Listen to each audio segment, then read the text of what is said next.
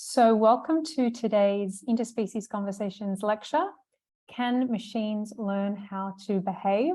With Blaise Agüera y Arcas. I'm Kate Armstrong, Head of Programming for Interspecies Internet, and it's my pleasure to welcome everybody here. Also on behalf of the trustees, Peter and Neil are joining us today, and on behalf of the wider organisation. So this is a lecture as part of our Interspecies Conversation series. This is an online and regular lecture and workshop series that gives us an opportunity to meet as a community and to hear from leading researchers, professors and students around all sorts of work that is contributing to advancing the acceleration and understanding of the diversity, forms and functions of communication with other species. In this context, we aim to create a forum to showcase emerging ideas and discoveries. And if anybody does have an emerging idea of discovery that they want to share here, you can always get in touch with us. So today we're going to hear from Blaise Agüera y Arcas. And this will be about a 30-minute presentation, and then we'll do a Q&A at the end. So Blaise is VP and Fellow at Google Research, where he leads an organization on both basic research and new products in AI. His focus is on augmentative, privacy-first, and collectively beneficial applications, including on-device ML for Android phones, wearables, and the Internet of Things.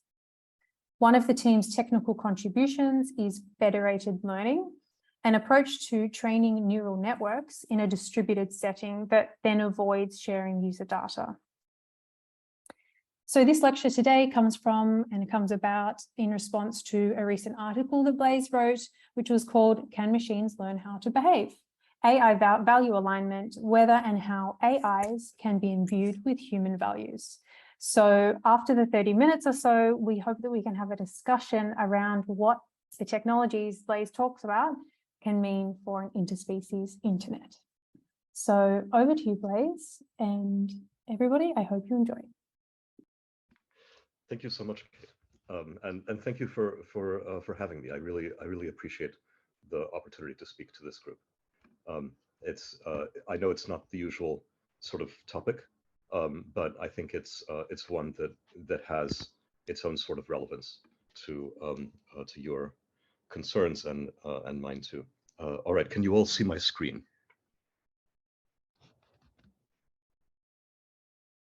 I can't actually see any of you, so yes, it's working well. Thank you.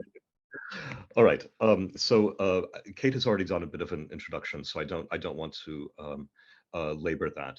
But I will mention a couple of other things about my history and the history of the group for context. So the team that I lead, Cerebra, started as a kind of counterpoint to Google Brain. Google Brain existed. It was founded by Jeff Dean just before I joined, and at the time Google was really at the forefront of machine learning, and still is, I think. And it was sort of the renaissance of deep learning, a very exciting time to join. But it was also a time when Google was highly centralized. They hadn't started making devices in any serious way, and so everything ran out of the data center. And one of my concerns was that we didn't end up in a kind of unipolar, one AI to rule them all sort of regime.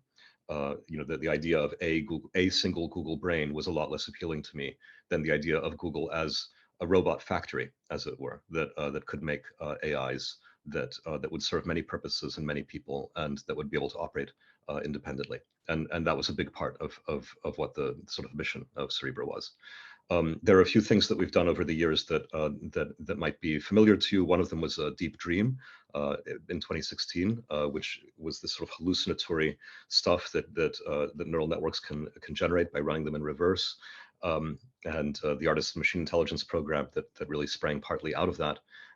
Kate has mentioned Federated Learning, and some of the essays.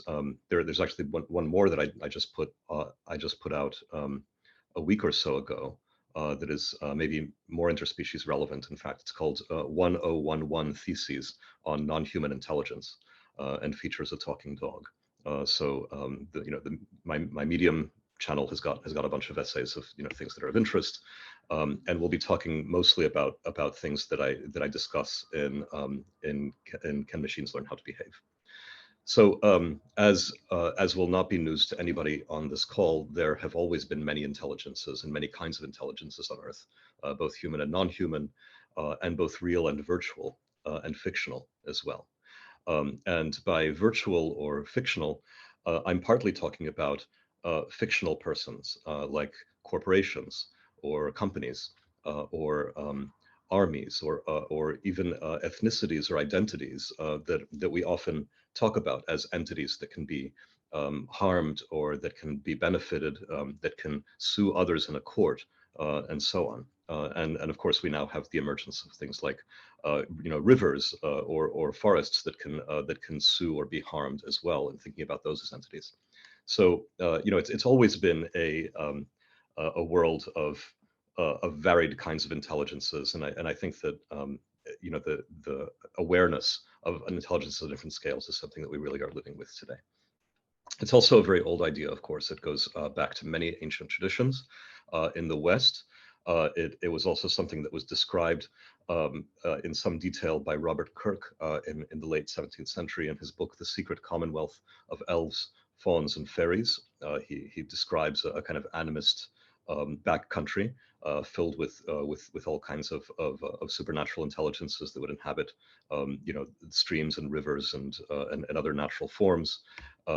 That was the inspiration for Philip Pullman with his Secret Commonwealth. For those of you who don't know about this, and Pullman, is very interested in. This is the author of his Dark Materials books, which you should all read if you haven't already. I guess they're young adult literature, but they're fantastic. He also envisioned a sort of a world in which everybody has demons, has these sort of supernatural other halves that go around with them and experience the world along with them and can help them in various ways. He introduced this word "ourself" to describe what it is like to have a demon, and in many ways, a lot of the aspirations of people who work on personal forms of AI there are really quite similar. In the relatively near future, we will have something like AI demons as well. This is nothing like today's Alexas or Google Assistants or Cortanas or whatever, which are basically just giant scripts that are run centrally by companies. So this notion of a kind of split intelligence, notions of natural intelligence, these are all I think going to more literally be part of our AI future. But of course, the idea of intelligence in non-human forms is already here in many ways. And I personally am also a subscriber to Timothy Morton's idea and Lynn Margulis's idea and many others before her, that the entire Earth consists a kind of large ourself as well. That this is something like a cell and has its own sort of intelligence at planetary scale, and in this sense, intelligence is a fractal quality that exists at many scales within, just as our individual cells are intelligent. So is the Earth as a whole, and certainly human societies. So why does the development of AI matter in all of this? I sometimes get into arguments with my family about whether I should be doing the work that I'm doing to advance AI and whether that's a good thing or not. So I want to mention a few things that I think matter and that inspire me at least to do this work. One of them is that I am still that old-fashioned kind of person who believes in the idea of progress, both technological progress and social progress, which I believe are coupled. And progress, is the thing that has led to the decline in numbers of people in extreme poverty over the last several decades, in quite a dramatic way, both in absolute numbers and in percentage. It's the thing that has led us to have larger and larger circles of empathy, despite the rising awareness that also comes with of exactly how limited that empathy is, whether that's with other human beings or with animals or other parts of nature. And there's a correlate of this progress business that is extremely dramatic, and I find it useful to look at this plot every now and then to sort of remind myself of this. The human population over the last 10,000 years since the retreat of the glaciers has exploded in the most extraordinary way. This is the most hockey stick sort of plot one could ever hope to see. And if you sort of blow it up, by the way, you can see that there are several exponential regimes that sort of kink upward in rate of growth. The last kink upward comes around the 1940s with the baby boom, and we are now in this period of sort of untrammeled, or we were in the 20th century in this period of untrammeled human growth, with all of the Malthusian negative checks removed, or rather all of the Malthusian positive checks removed of infant mortality and so on, and the negative checks not yet in place. And we're now, if you look at the very end of that curve, starting to sort of saturate, and will begin to decline in numbers in this century, which is a very lucky thing in terms of the carrying capacity of the planet. But if one thinks about progress in technology and culture and society as being something that happens in human minds, and that is a function of both the number of precursor ideas that are out there and the number of human minds in which those things can combine, this dramatic growth in population has been one of the most important drivers of progress. And it's on the one hand a very good thing that we're now going to experience a decline in our numbers, but it's actually a worthwhile question to ask what that means in terms of our progress as an intelligence. My own belief is that AIs are going to pick that slack up, and so this is the peak people plot from the UN showing roughly when we're likely to reverse this growth trend. I think that we need to go forward or go backward. We are certainly not in anything like a stable condition as we are today. By forward, I mean develop new technologies and new ways of living that either allow the numbers of us who exist today to live in greater harmony on the planet, or undergo a collapse in numbers through means that we won't necessarily find pleasant. The Kate Raworth has written in some detail about things like the donut economy and how it is that inequality and political economy are connected to the question of sustainability, and about the fact that classical economics is incompatible with continued existence on the planet, based as it is on an exponential that has no end. And all of this requires thinking about intelligence at that planetary scale, at that Earth-wide scale, and I think that AI is a critical part of intelligence at planetary scale. So this is why I do it. Now let's zoom all the way in and start talking about what AI research actually looks like nowadays. And since I can't, by the way, see the chat or see any of you, if anybody has a burning thing that they'd like to interject, please go ahead with the audio. And when I'm done with the slides, I'll also switch back so we can have a more robust discussion. So this is the transformer, which I'm sure many of you have heard of, though perhaps not all. It is the architecture of a neural net that has become the most famous and the highest achieving du jour. Before the transformer, the big popular one was the convolutional neural net, which was good at mimicking something like visual cortex. Transformer is a much more general sort of architecture that has a couple of key features, and without going into the details of what is going on in these boxes, I'll call your attention to two things that make the way transformers are used today very much different from the neural nets that have come before and that have defined the sort of first golden decade of AI, as Jeff Dean has called it. The first is that they're trained in an unsupervised way, and the second is that they have attention. So unsupervised learning means that unlike most machine learning in the past, which is designed to address a specific problem, like playing chess or like deciding whether the sentiment of a review on Amazon is positive or negative or something like this. That kind of supervised learning requires that you have a bunch of data and that you label it with generally a labeling workforce of some kind. And then you're training the neural net to reproduce what those labelers do. That's not the way transformers nowadays are trained. They're trained in an unsupervised way, meaning that you just throw in the data. The first big transformer models have been based on language, and so the data is basically big chunks of the web, of Wikipedia and Reddit and other websites. Just throw it into the model, and the model simply learns language in an undirected manner. And I'll explain in a moment what I mean by in an undirected manner, how unsupervised learning works.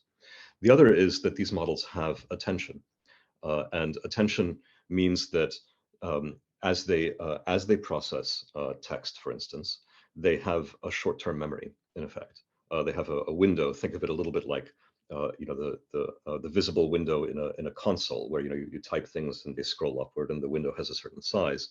And this idea of a short-term memory and the ability to attend to various parts of that short-term memory, or context window, as it's called, is certainly something that we have. We have such a kind of mental workspace, and it appears to be something that has evolved in nature multiple times. This is attention awareness and social attribution of awareness. In various different kinds of brains, and the fact that when we introduced that kind of capacity to these neural nets, we got these extraordinary increases in performance is probably not a coincidence. So this attention faculty is probably quite key to how intelligence works, both in biological brains, and we've seen kind of empirically in these networks as well. So it's a huge performance boost. It leads to this kind of working memory or workspace, and evolution agrees. Now, why is unsupervised learning so important? Well, one thing about unsupervised learning is that it opens the door to very, very large scale, both of the neural net itself and of the training data, which sort of go hand in hand. What I mean by that is, if you're trying to train a neural net in 2015 to do a specific task, and I don't know if that task is let's go with recognizing the tone of a review, for instance, then you really have to curate every piece of data that goes in to training that model. Somebody has to decide that such and such chunk of text is a review, and then say what the neural net should judge that to be. Is it a positive review? Is it negative? Is it 2-star? Is it 4-star? Or what have you? And that leads to task specificity. It leads to a lot of questions of bias of the labeler, and it means that there's not any obvious sense in which the neural net that you've trained to do that is general. Whereas if you train a neural net on lots and lots of text, including reviews, but all kinds of other text as well, there is no task specificity. No labelers have been used. No labor has been used of that kind, and that means that the volumes, even if one restricts oneself to public data, the volumes of data available are truly vast, and along with that very large volume of data, you also have the ability to make larger and larger networks that can benefit from that larger and larger amount of data.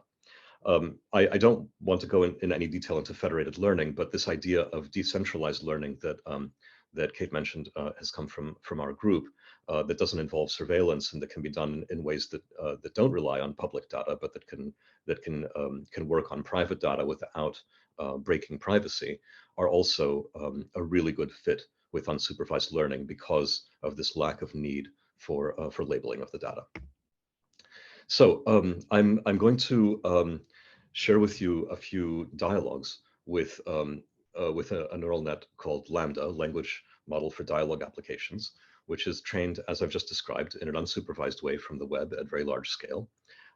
It also, on top of this supervised base, is further trained or fine-tuned using supervised learning with only a very small number of examples. And by very small, I mean hundreds or thousands. So, that still doesn't sound necessarily so small to us, but it's a tiny number of data points compared with the size of the neural net or the typical number that one uses for for training neural nets in the past. And this supervised fine-tuning is to make it specifically good at being a chatbot, at talking with an interlocutor. And there are a few rubrics that are trained for during the supervised stage, including sensibleness of responses, specificity of responses, groundedness, meaning that its responses should be grounded in fact, inoffensiveness, meaning that it shouldn't say things that offend, and role consistency, meaning that it should remain in a consistent voice as it responds during the dialogue. So all Lambda is a transformer that is trained at very large scale in an unsupervised way on the web, and is then fine-tuned with these qualities. And the fine-tuning is very simple as well. It really is just a matter of raters rating a few thousand dialogue turns for these things, and tuning that model to give it positive and negative feedback in response to its performance of these things. DeepMind just released a couple of days ago something called Sparrow, which does a better job of following rules or following safety protocols, but it's based on a very similar principle that you do supervised or reinforcement learning on the product of an unsupervised learned transformer.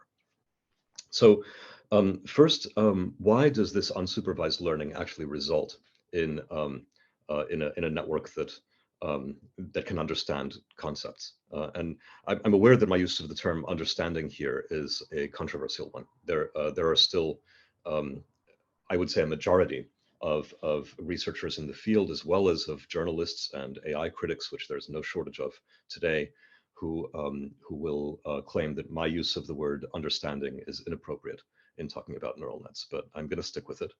And to explain why understanding emerges from something like this, I've just picked an almost entirely random sentence out of Wikipedia, which is part of the training for this thing.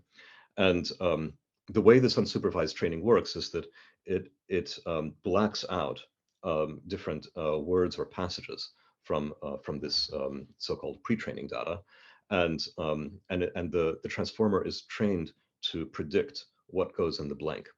So this happened to be a Wikipedia page about Mount Melbourne, and if Mount Melbourne is blacked out, then then this amounts to training the net to pass a test in which blank is a 2,733 meter high ice-covered stratovolcano in Victoria Land, Antarctica. So that would be training for general knowledge, although in this case a rather obscure bit of general knowledge about what the name is of this particular stratovolcano.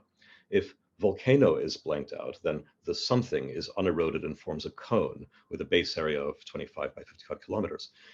So now you're testing for understanding of the passage. And you want to filling in volcano means that you know what a volcano is based on context. If you blank out 25 by 55, then you're reading this and say, well, there's a base area of something kilometers, in parentheses 16 miles by 34 miles. Well, now in order to fill in the blank, you need to understand the relationship between miles and kilometers and be able to do the conversion. So the point that I'm trying to get across is that this problem of, in general, being able to fill in blanks in text is one that you can't actually solve without kind of learning everything about language, from the spellings of words to their meanings from context, to how to do unit conversions, to even how to predict psychologically what somebody is likely to respond, or what their mood is likely to be in response to some other prompt from another person. So everything that we think of as being understanding, from the mathematical to the psychological to the commonsensical, is that all of that comes into play in one way or another in order to play this fill in the blank game. I'll now I'm going to do a couple of sort of dialogues. Kate has agreed to take the part. I believe, Kate, you're going to take the part of the human, right? And I'm taking the part of the AI. I will be human. Okay. So these are some demos of conversations with Lambda. First, to demonstrate this whole question of understanding and whether understanding is real, and the difficulty of trying to break the sense of understanding of such a neural net, in this case with respect to carnations. Human, please begin. Is a carnation red? Carnations are very colorful flowers, but red ones are the most famous and traditional ones. When does a face get red? A face can get red because of strong emotions, such as embarrassment, stress, anxiety, exercise, and being too hot. If I mix red and white paint, what do I get? If you mix red and white paint, you get pink. Do you think of red as angry or calm? Red could represent excitement, passion, danger, or violence. It can also represent life, health, vigor, war, courage, anger, love, and religious fervor. Can you actually visualize it? I can, but I have trouble describing it. Can you? So, this was one of my first interactions with Lambda, and my point is, that in trying to sort of break it, from the perspective of understanding simple concepts like a carnation, it's actually quite hard. This sort of ability to describe carnations, describe redness. I picked red for my example here because it's a classic example of qualia, as philosophers and psychologists would have it. If you're sticking within the domain of language, it's really quite hard to break it. Now, you can also say, well, but this thing doesn't have eyes. It's just working in the domain of language. So how can it possibly visualize anything? It's clearly bullshitting when it says, I can, but I have trouble describing it. Let's hold that thought for a bit. So the question arises here, is this a cultural technology, as it has been called, or is it an agent? A cultural technology meaning something like an index of the entire web, like Google and other search engines have built. An agent meaning an actual actor, that you're having a conversation with. The difference between those things, of course, is that a mere cultural technology that has just built a model of the distribution of all of language is a passive thing, whereas an agent is an active thing. Agency is the difference. The unsupervised model as a series of just numbers is arguably a cultural technology. But the moment you fine-tune it and start to have an interaction with it, then I think that it's difficult to call that a cultural technology, or only a cultural technology any longer. You're now having an interaction with a thing, and that thing has agency in the sense that you're talking and it's talking. And right away that introduces questions of right and wrong. It can get things wrong or get things right. It can act right or act wrong. I mean that in both a behavioral and potentially a moral sense, if that language involves actual outcomes in the world in any way. And there's generalization involved. So all of that makes something like a chatbot an agent, and not just a sort of mathematical object or index. So here's another short one. Please, Kate. What is your favorite island in the world? I really like the island of Crete. Do you prefer Lambda Island to Crete? No, I prefer Crete, as it is much bigger and more interesting, especially the Palace of Knossos. So this, this is an example of bullshitting, in some sense, because of course, when the human asks, what is your favorite island in the world, At this point, the model doesn't have a favorite island in the world, and so in that sense, any answer is made up. On the other hand, something interesting happens here, which is that once it has answered that Crete is its favorite island in the world, then subsequent answers will want to remain consistent with that one. So it'll stick with Crete. It'll justify Crete as being the favorite island. And this is something that the fine-tuning favors with respect to role consistency, but it's also something that that kind of comes automatically from the whole idea of predicting likeliest next text, because the answer, what is your if I say what is your favorite island in the world, and the model answers, I don't have a favorite island in the world because I'm an AI. That's actually not something that on its own would be a likely response in a sort of general sequence prediction setting. If the corpus that we're working with is everything on the web, it'll be specific answers will be more likely. But then once we've already given a specific answer, then the likeliest next responses will want to stick with that specific answer. So it's bullshit in the sense that something is being made up about this specificity.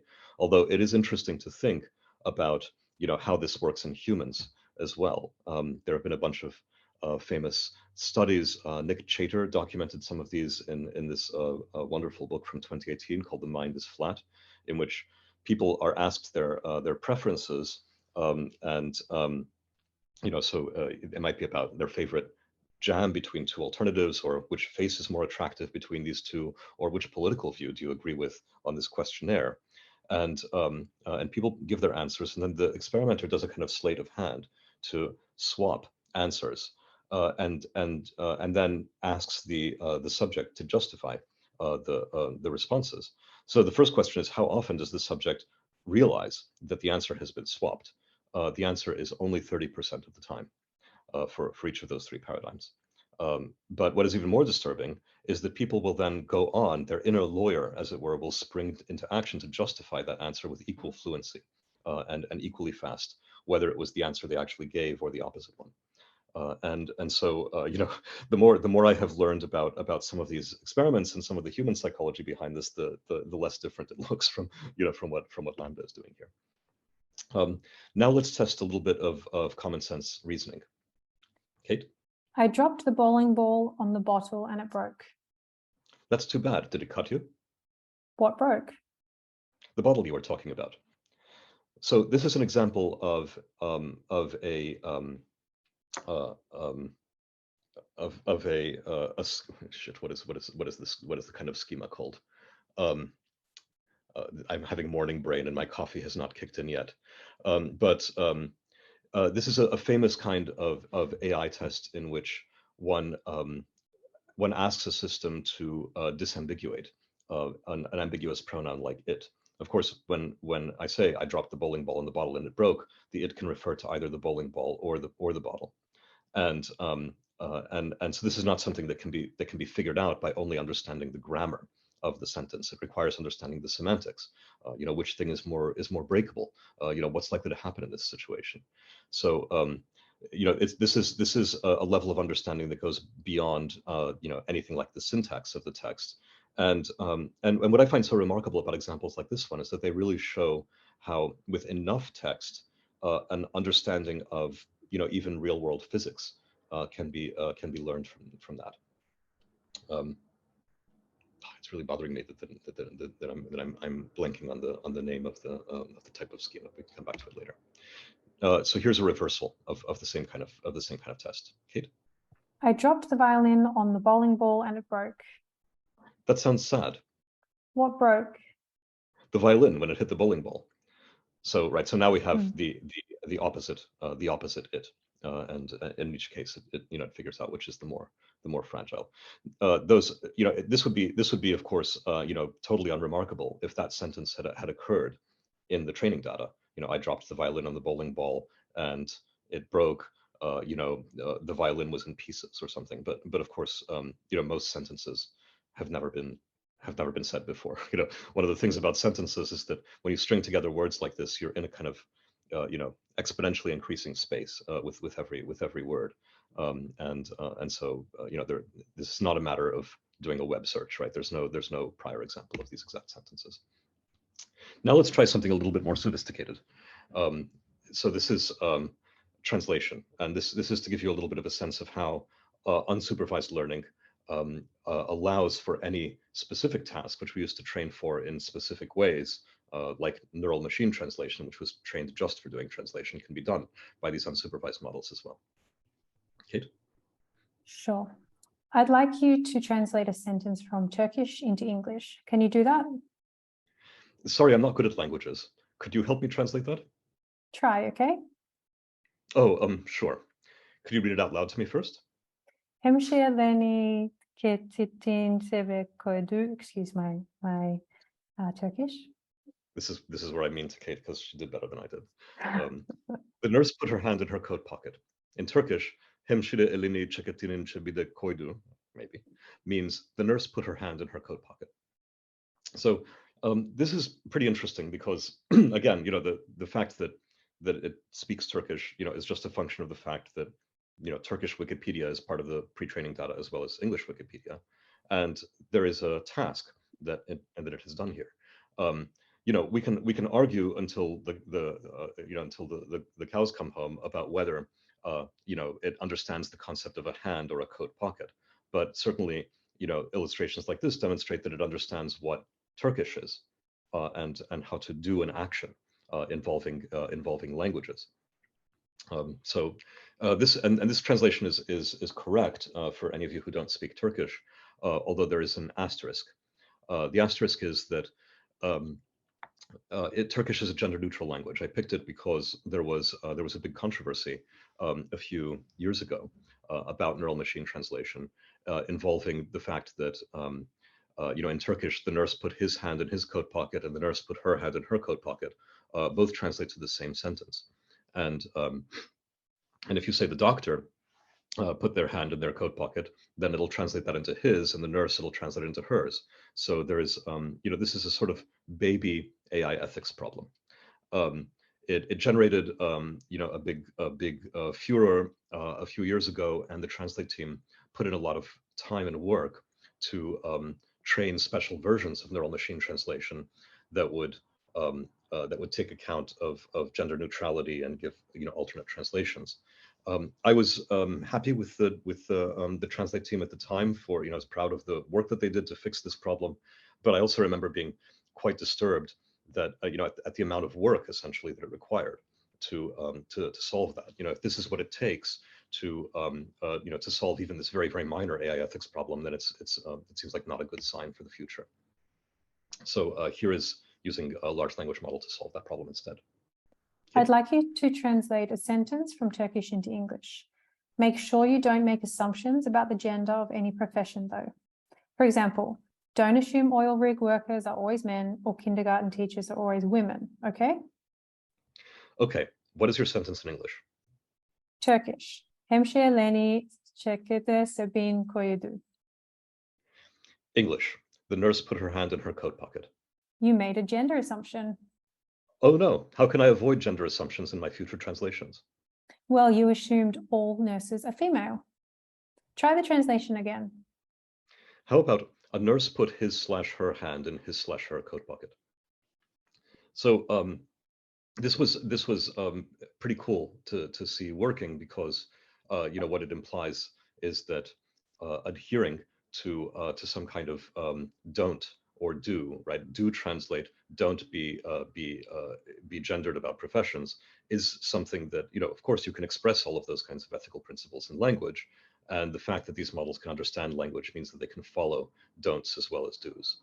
So, my view, and really the main thesis of that essay, can machines learn how to behave, is that teaching machines how to behave requires that they understand language and requires just asking for what you want. And then, of course, holding them to account and making sure that one doesn't release models that aren't able to reliably pass tests, of ethical behavior in exactly the same way that you would think about professional qualification or performance of tasks, for people. So this this kind of thing is pretty cool to see start to work in models like Lambda. I don't want to give the impression that this is reliable. This particular exchange I had to try several times before I got a satisfactory answer. But but the fact that it works at all is I think very, very promising. So all of the things that we think of as ways in which we train children, to be this is just a random page from a book called How to Behave and Why, about ethical behavior for kids, that I think was written in the 1950s, as you can tell from the style. It's the same principle. These are some of the kinds of things that one can use fine-tuning or reinforcement learning to train language models to do, and all of this kind of stuff turns something that has general models of language or of the world into something specific that has agency that is directed in specific ways. All right, now I've been talking for 35 minutes, so I'm going to speed through a couple of additional things so that we can open this up to discussion, and I don't keep blabbering on.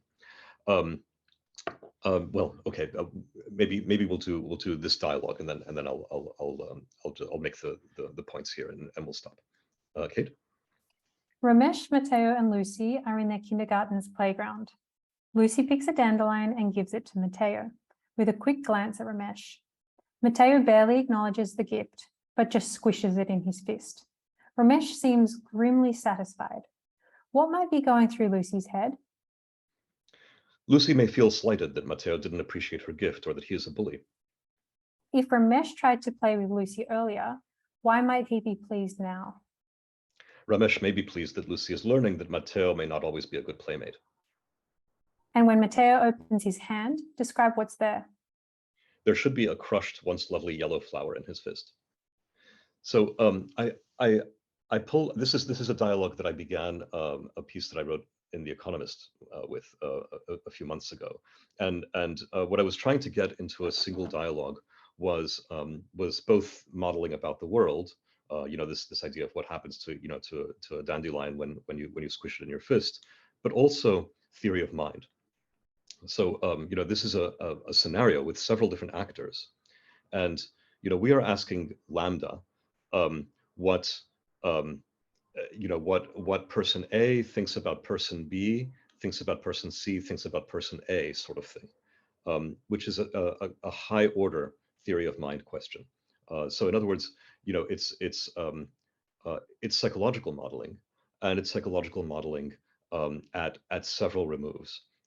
This is exactly the kind of thing that really sets people and some of the bigger brain species on Earth apart. Their ability to have theory of mind and to socially model. And what I find so interesting about this is that it's again, this is just a sequence model. It's just trying to learn what comes next. But learning what comes next in a context where the training data includes lots of social interaction requires forming a theory of mind. We have been doing some experiments with Robin Dunbar, who developed the social intelligence hypothesis, and who has theorized that it's mutual modeling of this social kind that actually has resulted in intelligence explosions in humans and hominids, as well as in cetaceans and in some other lineages, to explore more, how Lambda's theory of mind works at higher and higher orders. And what it looks like is that at higher orders, the qualities of the prediction degrade, just as they do with people. By the time people get to 6th order and 7th order theory of mind, they're no longer any good at it. So things get more and more interesting up to 4th order, and then they degrade. It looks like Lambda is quite similar in that regard. Okay, so I'm going to skip some of these AI ethics points. They're in the essay, but I do want to point out, to finish by pointing out that this idea that sequence modeling does really a great deal is one that I'm increasingly convinced that the fact that humans appear to have begun to sing and dance and develop language at a particular point. Those are our sequence modeling skills. The same thing with developing crafts and technologies, and dialogue and reasoning, social learning and cognition, long-term planning, similar, theory of mind, and even consciousness. I mean, I think that the best explanation that I have for what consciousness is that it is having theory of mind about yourself. In other words, being able to model yourself as an actor, and think about yourself in the future, or yourself in a hypothetical situation. That is essentially a second order theory of mind. Me thinking about myself, kind of thing. All of those things seem like they emerge from sequence modeling at enough scale, and that seems that really seems like a pretty good candidate for the one simple trick behind intelligence. So that is I guess my case in that I am definitely not in the mainstream, so I want to acknowledge that. And I will finish with a quick demo of Audio LM, which is a paper that some Cerebro researchers in collaboration with researchers from Google Brain just put out a few days ago, that generalizes this language modeling stuff to the audio domain. It's really interesting because, among other things, it completely disproves the ideas of Noam Chomsky that language can't be learned in any reasonable amount of time. These Audio LM models, I'll turn off my screen sharing now. We're only trained on well, the version that I'll show you was only trained on 40,000 hours of YouTube audio, and after only 40,000 hours, it learns enough about voices and about language and so on for you to have simple conversations with it.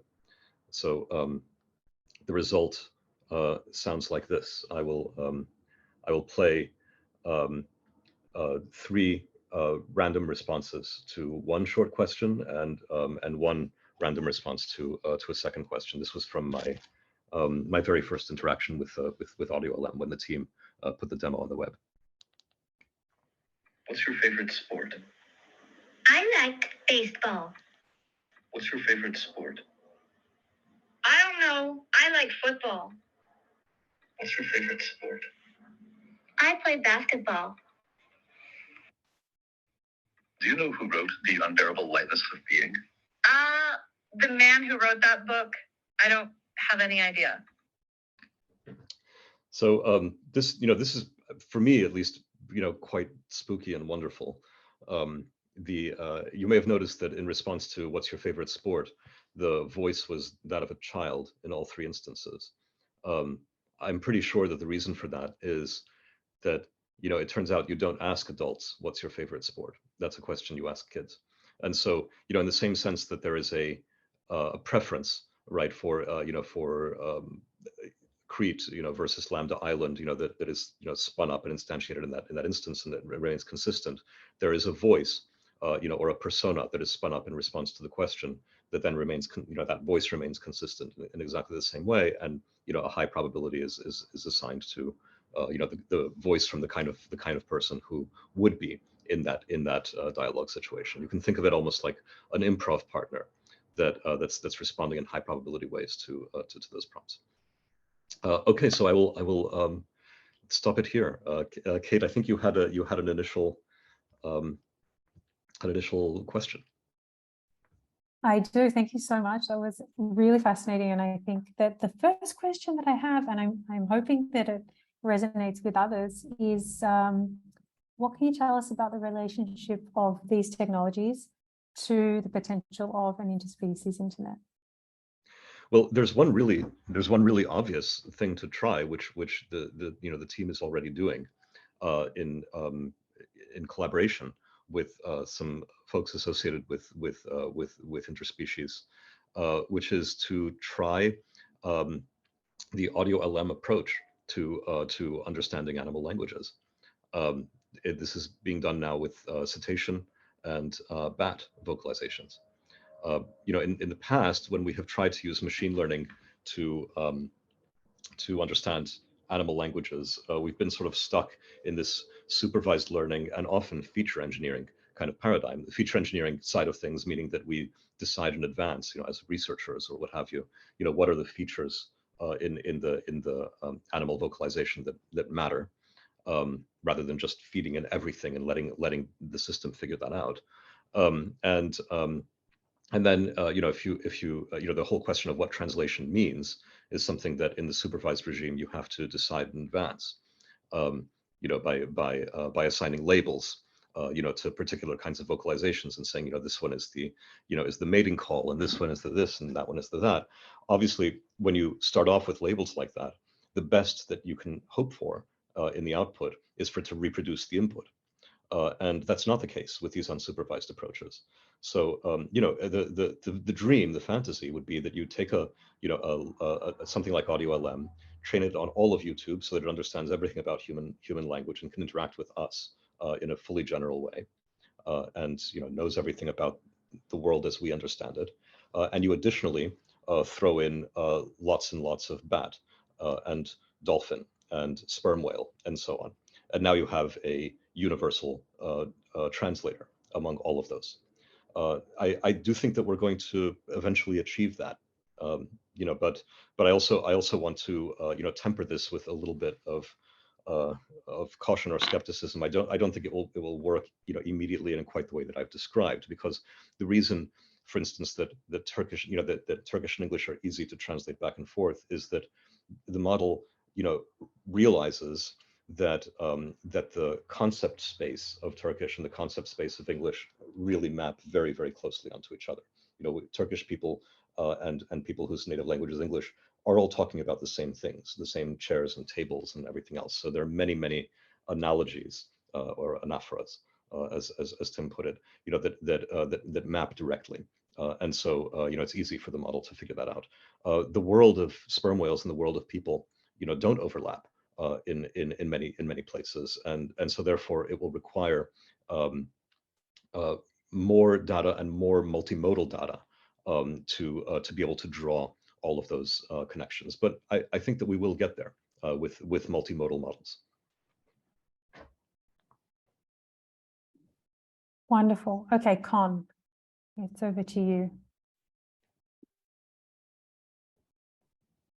Thank you. You've partially answered my question, but I'd like to ask for an extension of thinking here. I am interested in developing a translation model of visual signals that dogs send to each other and to humans. So it's basically to develop a sophisticated pet translator. And I think that this applies to animal communication models in general, where we're looking at visual signals, not so much auditory signals. And one way of approaching this, as you've mentioned, is supervised learning, where you use something like deep lab cut and you label specific features on the dog, which can change according to context, but that depends on you understanding what's going on, and you make presuppositions that these are going to be the important things.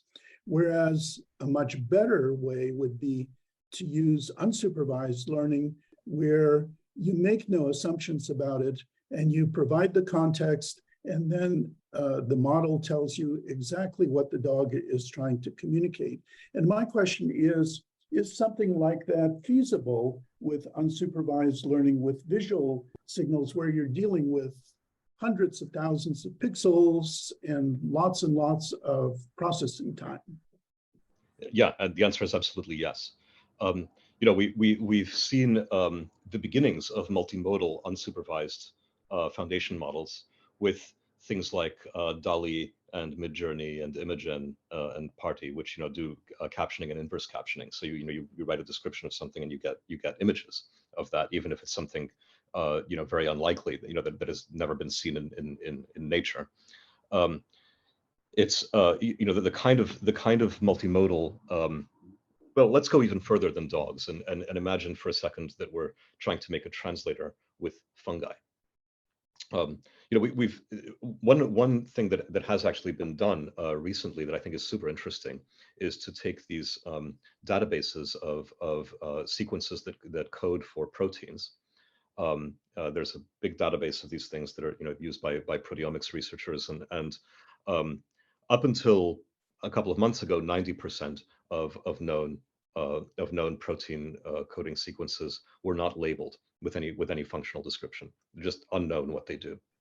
A language model was trained on unsupervised on all of those sequences, and then there was I don't actually know whether it was whether the descriptions were put in as part of the unsupervised pass or whether there was a fine-tuning pass with the descriptions of the 10% that are known. The results would be much the same, but the model generates descriptions for the other 90% of the proteins.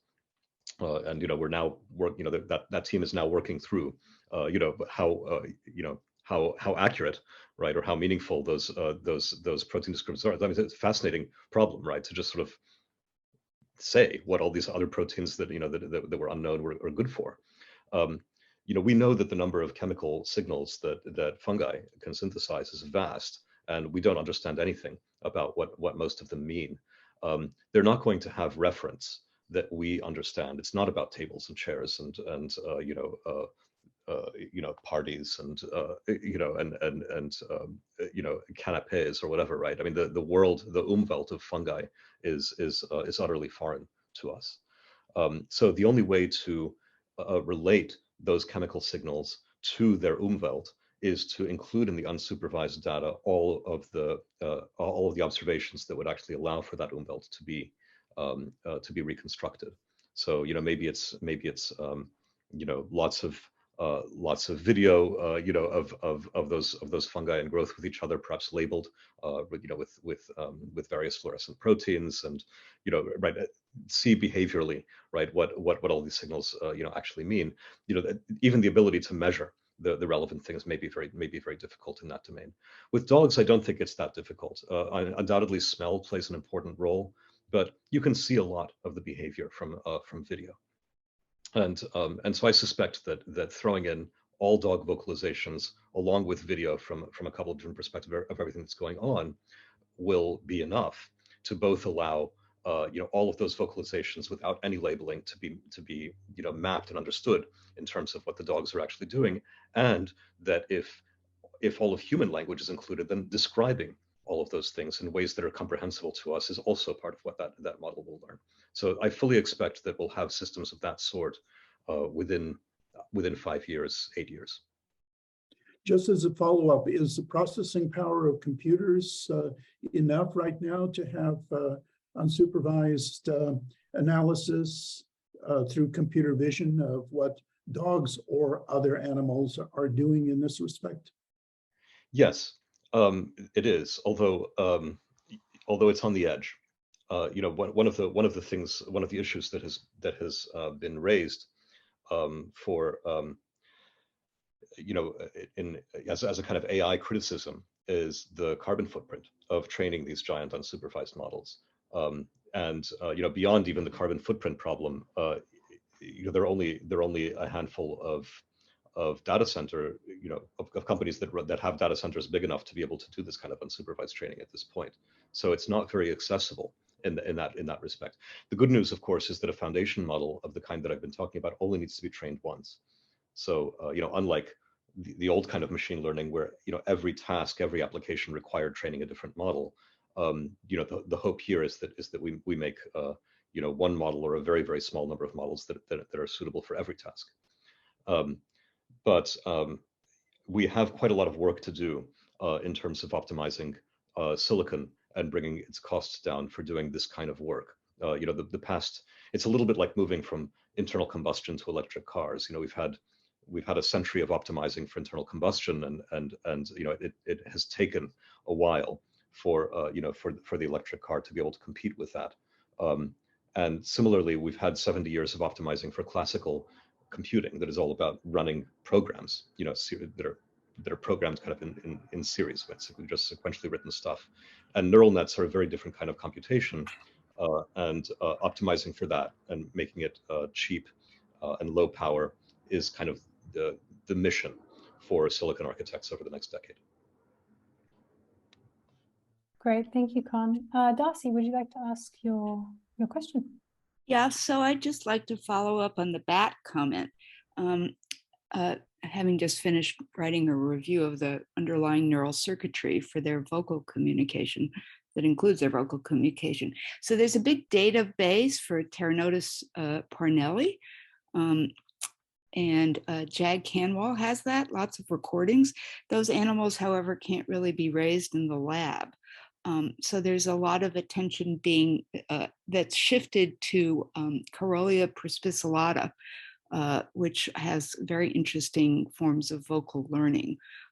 So it would be great to be able to hook up with the Carolia folks and see if you could use this approach to make sense of the underlying logic of the vocal communication, because they're going to be the going forward species for figuring out the underlying circuitry. So it's a comment more than a question. That sounds great. I'm happy to put the relevant researchers in touch. Okay, great, wonderful talk. Awesome, that's what we love. Erica, did you want to pose a question, comments? Yeah, so I just have this burning question about transformers, which is, given the attention mechanism, how do we get from there to these concepts, which are so powerful? Like, if you could just explain in a few words, I've been sort of desperately trying to figure this out. Well, I mean, attention in its own right is really just a more powerful way of thinking about a short-term memory than the kind of recurrent neural net. I mean, I would say that in the stateful neural nets, stateful meaning that they're not like convolutional nets that where computation just flows through from beginning to end and you're done. They have state that is retained over a sequence. There have been sort of 3 chapters. The first was recurrent neural nets, RNNs, of the ordinary kind, which were invented, well, everything was multiply invented, but they date back at least to the 80s. Then there were things like the Lstm of Jürgen Schmidhuber et al. That involved gating units.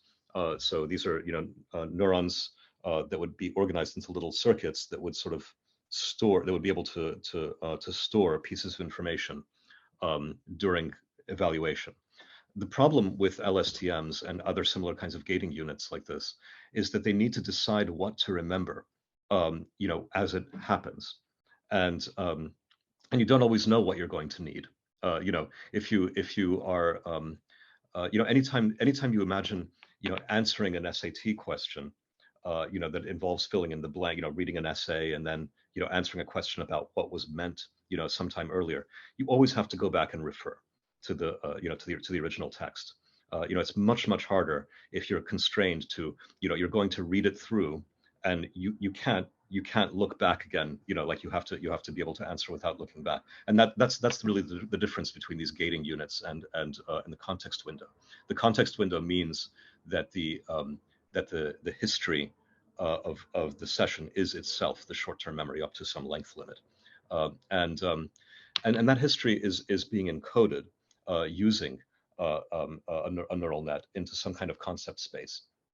And that concept space has been learned in order to make this prediction task work. So, it is a somewhat difficult thing to wrap one's head around, but, the idea of redness or the idea of a volcano, or what have you, like all of those are concepts that, if you learn them, if your embedding space or your abstract representation, brings out those invariances, brings out those concepts, it will increase your ability to be able to make those kinds of fill-in-the-blank predictions. So, it's just a matter of demanding, demanding that understanding be necessary in order to pass this challenge of being able to fill in the blanks, and the understanding follows from that. These are all forms of generalization. The idea that, a violin is an instrument, and a violin is fragile and made of wood, and all these relationships. They're all things that help with the prediction problem. When when I was a young researcher, I worked with Bill Bialik, who is a physicist turned biologist and looks for kind of optimality principles in neural coding. And one of the optimality principles, or one of the kind of grand theories that was floated a lot back then, is that brains are for prediction. And that sounded good in the abstract, but I had a very difficult time, I have to say, imagining, going from the idea of a brain in some cybernetic sense being good at prediction. I mean, that's okay if you're a dragonfly doing the pursuit of an insect, and you're just trying to sort of predict where you're going to intersect. You can imagine a neural circuit that will do that. But how does that result in all of these complex linguistic behaviors? That just seemed like a giant mystery to me. What these transformer models, I think, demonstrate is that exactly that principle does give you all of these other things that are much more abstract and much more general as well. Thanks. I know it's a bit mind-blowing. I was very surprised by it. Yeah, it helps. Thanks. Okay, Brandon, would you like to ask a question? I don't know if you can. Yep. Yeah, go ahead. Hey. Hello. Thank you for the wonderful presentation. My question is just about the role of emotion in learning. And as I understand the literature, we now understand that really for all animals, learning is intertwined with emotion, and those pathways of positive and negative affect and reward and punishment really shape just about every aspect of agency. And I think I've seen a few papers over the years on how incorporating emotion-like systems into AIs did improve their learning ability. And I'm just wondering what you think about that, and sort of what the role for emotion might be in the much more sophisticated AIs that are evolving now. It's a really interesting question.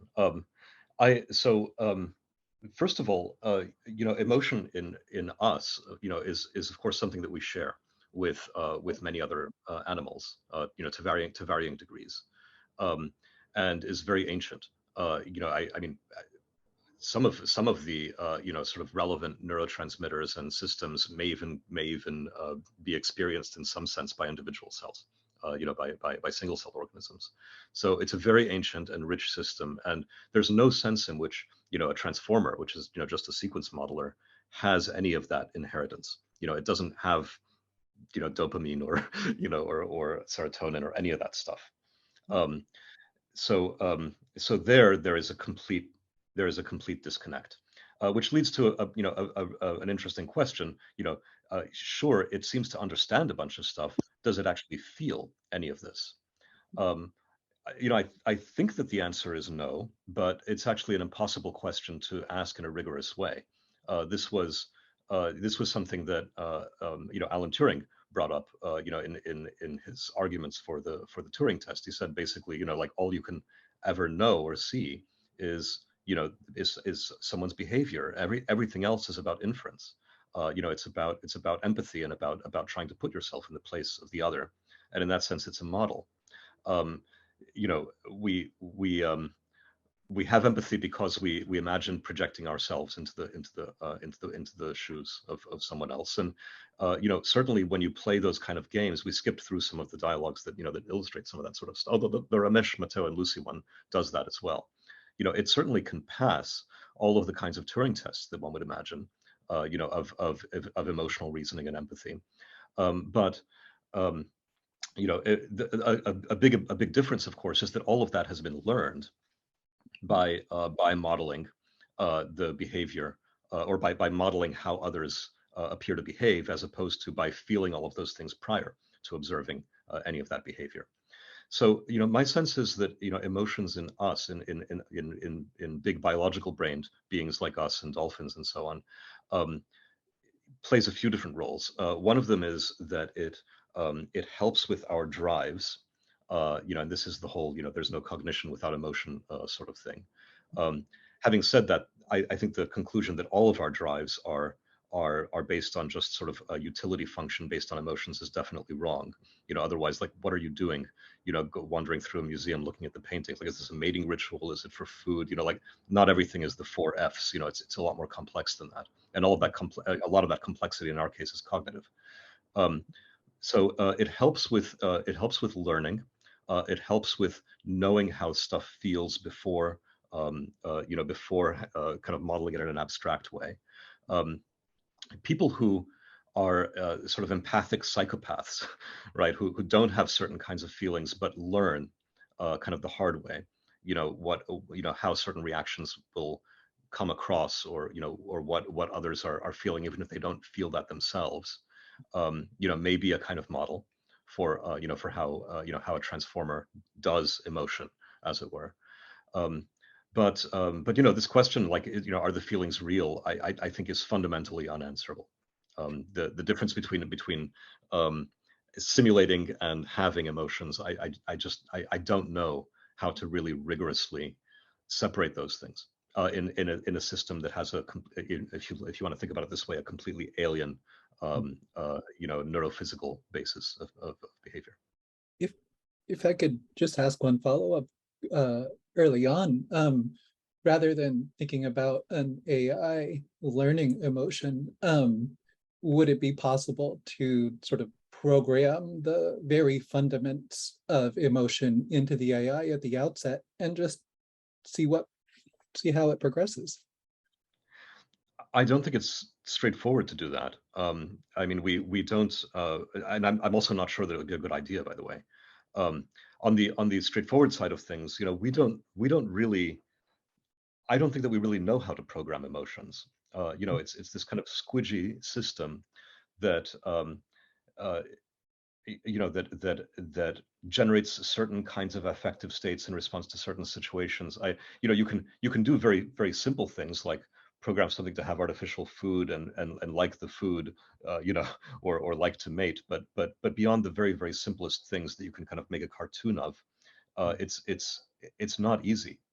And in fact, if you were to say, like, well, okay, try and do it anyway, I think I would attack that as a machine learning problem. And then suddenly that machine learning problem looks exactly like what like what we're asking Lambda to do anyway. It's just another task. Does this make you happy or sad? Like, and so on. Right. So it's already implicit in what's going on. But and this speaks a little bit to actually Peter's question. I would love to learn more on the moral side, and also learn if you think wisdom might be something that could gradually be learned as well as intelligence. It's in many ways our aspirations about moral behavior are at odds with the four Fs, or with our very basic kind of emotional impulses. And the idea of creating that kind of conflict of drives in an artificial system is something that would definitely give me pause. I don't want to create an artificial system that craves attention or energy, or or has the urge to domination, or any of these kind of things that that sort of come with our biological inheritance, and then try and give it some inner conflicts to to sort of overcome all of that. Better to school it in moral and ethical behavior as well as we can, and have that be the the fine tuning, without thinking about that being in conflict with some with some other emotional stuff, right? Better for it to model our emotions and model our better angels, and act in accordance with the better angels, with an awareness of our emotions, than to try to imbue it with all of the same struggles that we all have individually. That's my view. Right on. Any other questions, burning topics popping up? If nobody else has one straight away, I do have one, Blaise. It's back on similar to my first question, which is, what could this community do? What could the Interspecies Internet group do in order to help advance the work that's going on right now around this idea of the Google Translate, or this idea of the translation system for animal communications? Well, so one of the things that I am trying to get off the ground right now, and will take a while, because there are research problems that are not trivial that have to be solved in order to really make this go.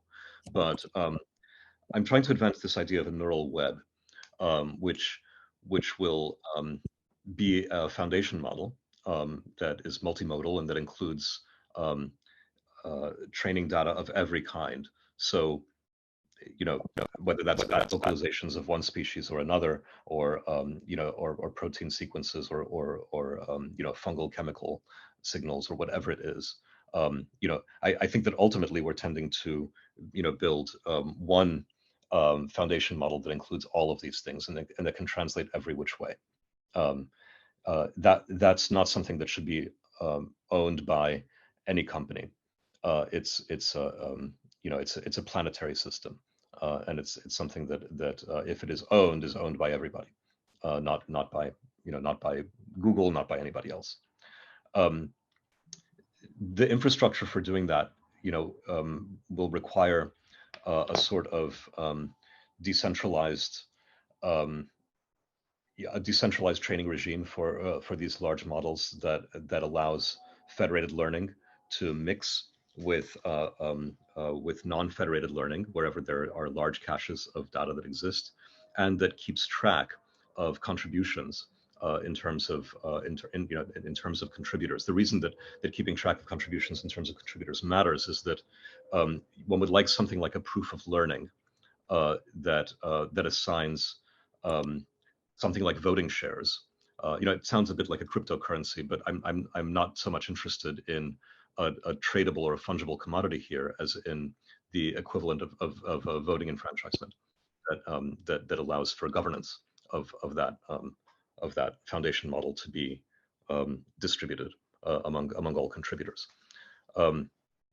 So that's a long-term infrastructure and research problem.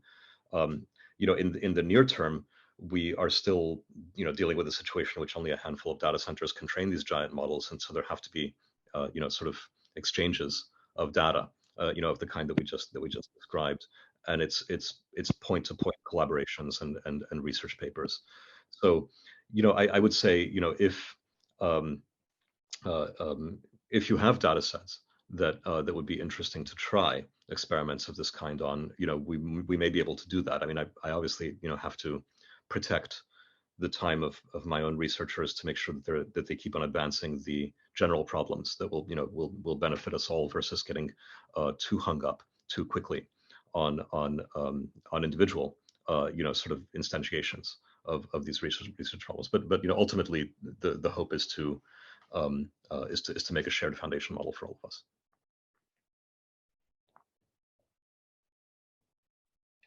Okay, we'll have our work cut out for us. That's good to know.